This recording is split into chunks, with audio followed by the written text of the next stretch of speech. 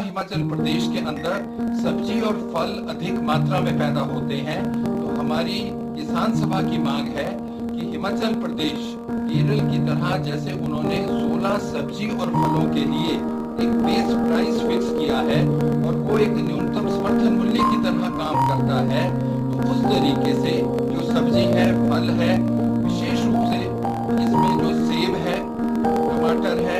आलू है, लहसुन है और अदरक है, इसके लिए कम से कम न्यूनतम समर्थन मूल्य या बेस प्राइस को तय किया जाए। पर इसको करने के लिए दो चीजें करनी होगी। पर इन पर आधारित एक तरफ तो उद्योग लगे और दूसरी तरफ इनकी स्टोरेज को ऑफ सीजन के लिए इनके लिए सी स्टोरेज की फैसिलिटीज क्रिएट की जाए। तो ये राज्य सरकार को, केंद्रीय सरकार 14 फरवरी 2024 से हिमाचल प्रदेश विधानसभा का जो 5वां सेशन होने जा रहा है, उसमें जो वर्तमान सरकार है, जो बार बार इस बात को दोहराती है कि वो व्यवस्था परिवर्तन की सरकार है, उनसे हिमाचल प्रदेश के लाखों बागवानों, किसानों, पशुपालकों की बहुत सी उम्मीदें हैं। हिमाचल किसान सभा की तरफ से हम उम्मीद करते हैं कि कुछ जो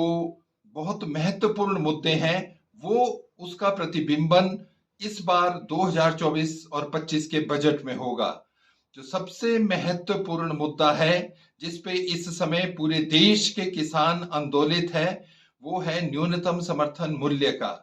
इसमें हमारी 2-3 मांगे हैं न्यूनतम समर्थन मूल्य में कि मक्की हिमाचल प्रदेश में जो 7 लाख मीट्रिक टन से ज्यादा पैदा होती है और जिसका 20 रुपए 90 पैसे केंद्रीय सरकार ने ये समर्थन मूल्य भी तय किया है, हिमाचल प्रदेश में उसको खरीदने का अभी कोई भी प्रबंध नहीं है और उसको किसानों को बहुत कम मूल्य के ऊपर पंजाब हरियाणा में बहुत कम रेट के ऊपर बेचना पड़ता है। तो सरकार उसको खरीदने का न्यूनतम समर्थन मूल्य के ऊपर इंतजाम करे। दूसरा, हिमाचल प्रदेश के अंदर सब्जी और फल अधिक मात्रा में पैदा होते हैं, तो हमारी किसान सभा की मांग है कि हिमाचल प्रदेश केरल की तरह जैसे उन्होंने 16 सब्जी और फलों के लिए एक बेस प्राइस फिक्स किया है और वो एक न्यूनतम समर्थन मूल्य की तरह काम करता है, तो उस तरीके से जो सब्जी है, फल है, विशेष रूप से इसमें जो सेब है, टमाटर है, आलू है, लहसुन है और अदरक है, इसके लिए कम से कम न्यूनतम समर्थन मूल्य या बेस प्राइस को तय किया जाए। और इसको करने के लिए दो चीजें करनी होगी। पर इन पर आधारित एक तरफ तो उद्योग लगे और दूसरी तरफ इनकी स्टोरेज को ऑफ सीजन के लिए इनके लिए सी स्टोरेज की फैसिलिटीज क्रिएट की जाए। तो ये राज्य सरकार को केंद्रीय सरकार के साथ मिलकर के हिमाचल प्रदेश के लाखों लाख किसान और बागवानों के लिए ये प्रबंध करना बहुत ही जरूरी है। दूसरा और जो महत्वपूर्ण मुद्दा है कि जो हिमाचल प्रदेश में हम सब्जियां और फल जो जिसका उत्पादन होता है, उसका जो प्लांटिंग मटेरियल है, उसके जो बीज है,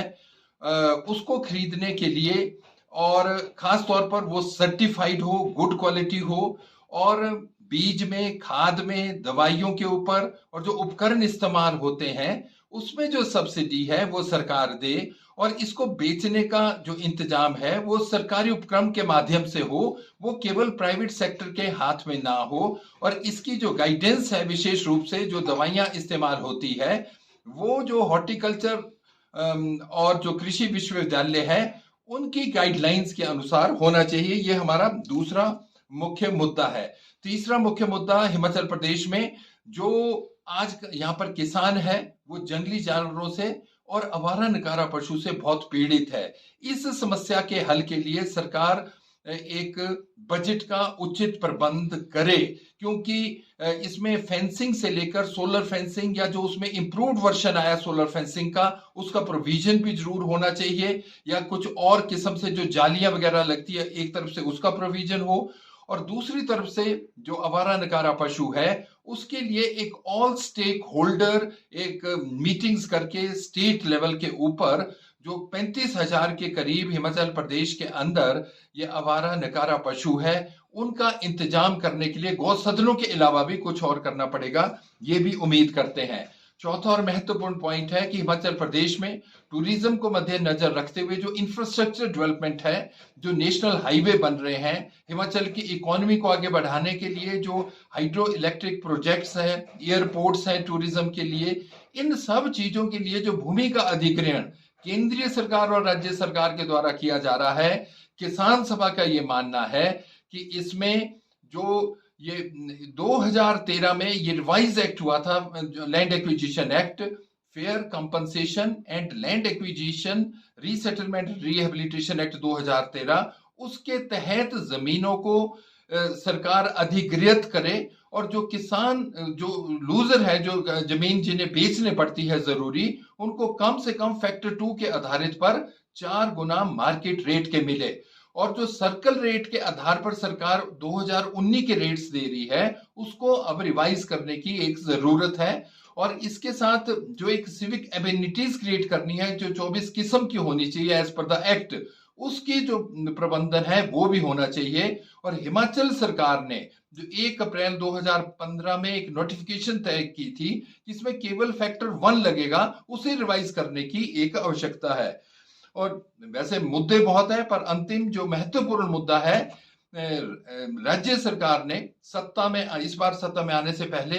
किसानों से और पशुपालकों से ये वादा किया था कि जो वो दूध का उत्पादन करते हैं, उससे गाय का दूध 80 रुपए, भैंस का दूध 100 रुपए और 2 रुपए किलो गोबर खरीदा जाएगा। इस विषय में बातचीत तो हो रही है, पर बहुत आगे नहीं बढ़ पाए। हमारा ये मानना है कि इसमें व्यवहारिकता के आधार पर शायद ये संभव ना हो। सरकार ने ये वोट लेने के लिए ये अनाउंसमेंट तो जरूर की हो, पर अभी जो मिल्क फैट जिस रेट के ऊपर दूध ले रही है, उसमें जो न्यूनतम जो फैट कंटेंट 3.3 है और 7.3 जो सॉलिड नॉट फैट कंटेंट है, उसका जो रेट है वो कम से कम 40 रुपए करे। और दूसरी तरफ